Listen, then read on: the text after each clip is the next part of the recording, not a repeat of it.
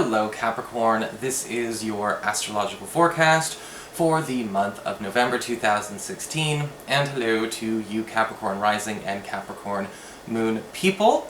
Quick reminder for you, weekly horoscopes now include astrology. The first half of all the weekly horoscopes will now have astrology included, and they will be covering aspects that resonate more to that particular week, and the days in there might not necessarily always be what we see in a monthly horoscope, because the monthly horoscopes really are meant to be a bit more of the big sweeping changes, longer aspects, so kind of get a little bit more. But if you want to actually get the most, especially as it would relate to your personal chart or your own personal situation, you can always go to my website, integrativemysticism.com, where you can make an appointment or even schedule an appointment for Skype or by phone with me, or downloadable video file, which you can keep on your computer or laptop. So, what is going on, Capricorn, with your November? Well, right from the start of the month, on the 9th, we have Mars, the planet of action, energy, and labor, going into Aquarius, your earned income and salary sector. And Mars definitely does bring out the labor side of it, because whenever Mars goes into a money zone, houses 2, houses 10, it's always talking about extra reward for hard labor, and that sweet, sweet overtime pay if you are looking to grasp it. This is excellent for those of you who are either A, looking for a job that can promise more work or more hours, or B, if you're trying to increase the amount of hours or availability you can work at your current place of employment. And Mars is going to be here for quite some time. Mars is going to stay in your earned income sector well into a few weeks into December. So if you're feeling like this is a time where you need this window of opportunity to create that boost, you're okay with putting your nose to the grind, Mars in the earned income sector is exactly where you want it to be. On the 11th, we have Venus moving out of your 12th house and into your sign, where she will stay for the duration of this month. And when Venus, or any planet for that matter, is in our sign, remember, we're dealing with wildcard blessings, and so it's all about using that planet's energies proactively for whatever end we actually choose. And when we talk about Venus as, a wildcard blessing, remember, Venus is a multi-dimensional planet. Yes, it's definitely the planet of love. It's a planet of popularity and sensuality, but it's also a planet of luck and wealth. And this is actually a great time for those of you who are looking to kind of create a new beginning in any of these areas for yourself, especially if you are looking to attract people, because what Venus does is it attracts favor, and the favor of individuals as well as groups. And so you may actually find yourself in a position where we are not only a lot more popular in a much more extroverted kind of way, but also noticing that people we aren't even intending to sort of attract, deliberately anyway, are actually pulling their attention towards us, whether for romantic or professional affairs. With Venus here, you can also expect to have more harmony in existing social groups, especially if they involve the creative or spiritual arts. So if you are a part of a club, or you're looking to start a club or a group or a class, or maybe you're actually already running one, you can expect things to go not only extremely smoothly, but attracting people to your cause and to your service will be all the more easy. On the 12th, we've got Mercury, the planet of communications, moving into your 12th house, your hidden zone, your privacy sector.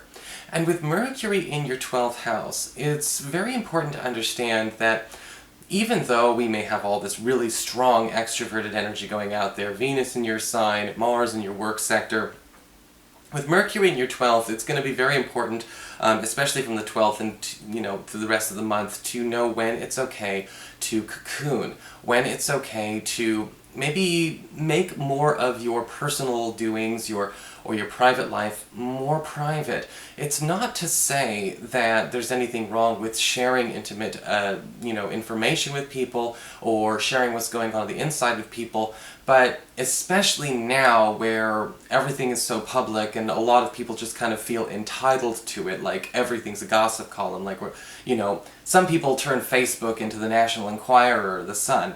It's very important to pay attention to where that needs to kind of needs to narrow down. And a lot of you may actually be deciding it's time to start doing some social filtration this month when it comes to who we really want to actually have around for the more superficial of goings-on in our personal life. And with Mercury in the 12th house, it's a great opportunity to start focusing more on the one-on-one connections that you need to have, and not so much on the group, and thinking all about the group and how to communicate with the audience or the readership, and focus a little bit more of your attention on the people as individuals. Because with Mercury in the 12th house, it's a great time to actually form stronger connections in all capacities, so long as we're doing it one-on-one, and again, less with the crowd. On the 14th, we've got a full moon in Taurus, your 5th house of love and romance and creativity and your relationships with your children. And this full moon I kind of sense is going to be a little bit of everything for you, especially for those of you who are looking to wrap up some kind of big artistic project, or maybe even debut or showcase or submit some kind of creative project that you've been kind of mulling over or working on for some time. Because in the period of time between the 14th and the 28th, you're going to be noticing a lot of personal and private interest in whatever you're doing. You might be noticing people trying to sponsor this, promote this, or elevate it. It may feel kind of strange to let somebody else hold your baby for a minute, but maybe it's okay that you do. On a love front, this is actually a really, really strong angle in a very good way, because what it's doing is it's actually raising a lot more romantic energy for you to finally have some serious romantic conversations about either a future or finally getting a mutual chemistry discussed out in the open and under the microscope with a sweetheart. On the 19th, we do have Neptune turning direct in your 3rd house of communications.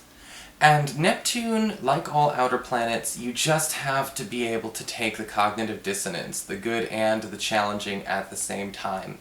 And with Neptune retrograde over the last 5 months or so, you know, you've had your X-ray goggles on. It's really easy to tell the difference between a truth and a lie, what is lip service, what is not, what's substantial, what's superficial, what has depth, what's too shallow. And that's actually a great thing about Neptune retrograde that a lot of people, you know, don't understand. But what happens with Neptune retrograde as well is that sometimes we don't add depth to the shallowness, we simply dismiss it. Which, you know, okay, I've been guilty of doing that too. So I tend to not try to look for the depth. I'm just kind of like, this is a shallow piece of crap, and it's torn up. And I feel like with Neptune turning direct, we're getting a little bit more flexible. Neptune direct in the 3rd house does not actually carry so much of the challenging as Neptune direct in any other house will be. If you've been feeling like maybe Neptune retrograde has given you too much of an edge, or perhaps it's given off the wrong impression to people, or made you seem unapproachable to people, Neptune's going to be softening that up. The nice thing about Neptune direct here as well is that we are kind of seeing a little bit more, I guess you could say, patience and, dare I say, omnilingualism in the people that we are working with. You know, sometimes with Neptune direct, it can be a really nice thing because people are learning to understand each other's intentions and each other's language in a more psychic or a more intuitive way, and it's making it easier to communicate because, let's face it, not everyone is very gifted with the articulation. So it's going to bring some ease there, especially if Neptune retrograde was just making it way too hard for other people to actually speak in a way that was as concrete as you need. Now we have people kind of learning your language as well as you learning to auto-translate theirs. On the 21st, we do have the Sun moving into your 12th house, your hidden zone, your privacy zone. And when the Sun goes into our 12th house, it's talking about a need to pay attention to where we can get more out of being alone.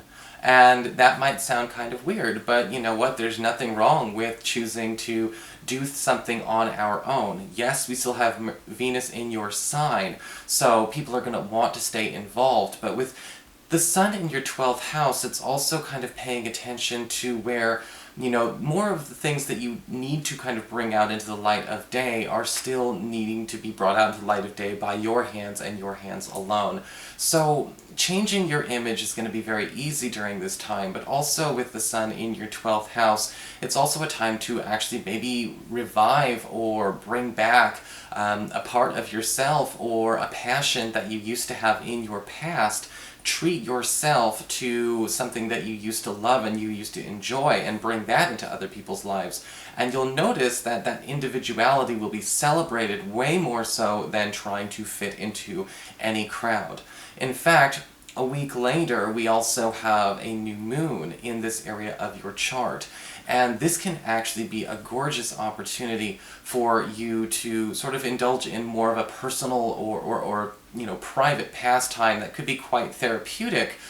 Usually with the new moon in the 12th house, we're talking about even indulging more in the enhancement of maybe our spiritual craft or our personal development that actually brings in an element from a culture or from, I guess you could say, a tradition that is completely foreign to us, but at the same time it's the exploration of uncharted territory that gives us way more power and a little bit more comfort in the uniqueness of it all, not knowing, what's going to come next from this practice.